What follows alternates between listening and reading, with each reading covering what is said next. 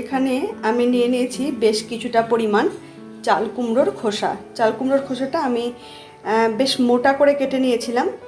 অনেকেই লাউয়ের খোসা খেয়েছেন, কিন্তু চাল কুমড়োর খোসা কিন্তু আরও বেশি সুস্বাদু, আমার তো বেশি ভালো লাগে। আমি কড়াইতে বেশ কিছুটা পরিমাণ তেল এবং সাদা জিরে নিয়ে নিয়েছি।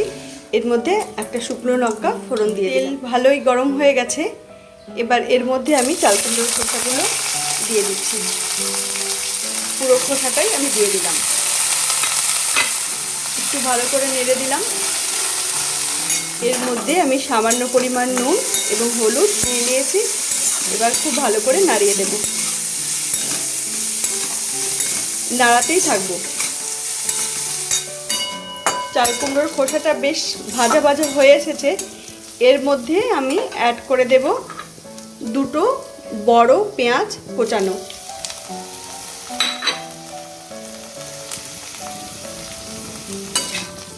আবারও খুব ভালো করে নাড়িয়ে দেব।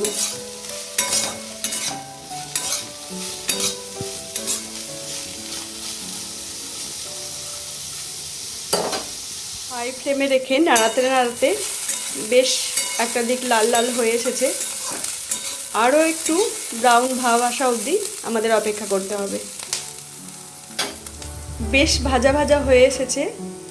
এবার নামিয়ে দেওয়ার পালা। পূর্ণ তৈরি হয়ে গেছে চাল কুমড়োর খোসা ভাজা। এর মধ্যে কিন্তু আলু দেবেন না, তাহলে এর স্বাদ অনেকটা নষ্ট হয়ে যায়।